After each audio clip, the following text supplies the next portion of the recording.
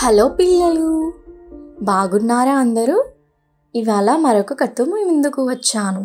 ఇవాళ కథ పేరు చెడ్డ సావాసం. అనగనగా ఒక అడవిలో తోడేలు ఉండేది. అడవిలో జంతువులను చంపి తిని ఆకలి తీర్చుకునేది. ఒక్కసారి మాత్రం ఎంతో వెతికినా దానికి ఆహారం దొరికేది కాదు. అలాంటప్పుడు అది రాత్రిపూట అందరూ నిద్రపోయే సమయంలో ఆ అడవికి దగ్గరలో ఉన్న గ్రామానికి వెళ్ళి మేకల్ని చంపి అడవికి తెచ్చుకొని తింటూ ఉండేది. తోడేలు చేసే పనులను ఆ అడవిలో ఉండే ఒక కోతి కుతూహలంగా గమనించేది. ఆ విషయం తెలుసుకున్న తోడేలు తాను చేస్తున్న పనుల గురించి కోతికి గొప్పలు చెప్తుండేది. యజమానులకు తెలియకుండా మేకలను ఎలా చంపుతుందో కోతికి వివరించి చెప్పేది. ఆ మాటలు విన్న కోతికి తోడేలు ఊరి వాళ్ళ కళ్ళు కప్పి మేకల్ని ఏ విధంగా పట్టుకుంటుందో చూడాలనిపించేది. ఒకరోజు కోతి, నువ్వు ఆ గ్రామానికి వెళ్ళేటప్పుడు నన్ను కూడా తీసుకెళ్తావా? నీ పనితనం చూడాలనుంది అని తోడేలును అడిగింది.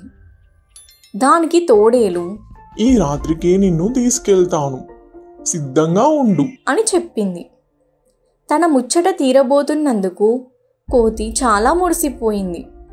ఈ లోపల తమ మేకలు అప్పుడప్పుడు మాయమవుతుండటాన్ని ఊరివారు గమనించారు.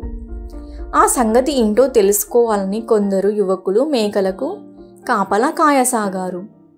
ఆ విషయం తెలియని తోడేలు కోతితో కలిసి ఆ ఊరిలో ప్రవేశించింది. మేకలను తినడానికి వాటి దగ్గరకు తోడేలు వెళ్ళటాన్ని ఆ యువకులు గమనించారు. మేకలు ఎలా మాయమవుతున్నాయో వారికి అర్థమైంది. వెంటనే తోడేలు పైన కర్రలతో దాడి చేశారు. పక్కనే ఉన్న కోతిని కూడా కొట్టసాగారు. ఆ దెబ్బలు తట్టుకోలేక కోతి, మీ మేకల్ని తినడానికి వచ్చింది తోడేలు, నేను కాదు, నన్నెందుకు కొడుతున్నారు, వదిలేయండి అని ప్రాధేయపడింది. తోడేలుకు సహాయంగా వచ్చినా నిన్ను ఎలా విడిచిపెడతాం అంటూ ఇంకాస్త గట్టిగా కొట్టసాగారు. ఆ యువకులు తోడేలు వైపు తిరగగానే కోతి నెమ్మదిగా అక్కడి నుంచి తప్పించుకుని బతుకు జీవుడా అనుకుంటూ అడవికి చేరుకుంది. దొంగదనం చేయడమే కాదు, దొంగ పనులు చేసేవారికి పక్కన ఉండటం కూడా తప్పే. ఇంకెప్పుడు ఇలాంటి బుద్ధి తక్కువ పనులు చేయకూడదనుకుంటూ లింపలేసుకుంది. ఈ కథ యొక్క నీతి ఏమిటంటే, చెడ్డవారితో స్నేహం చేయడం వలన మనము కూడా చెడ్డదారిలో వెళ్ళినట్టే అని నీతి కథ.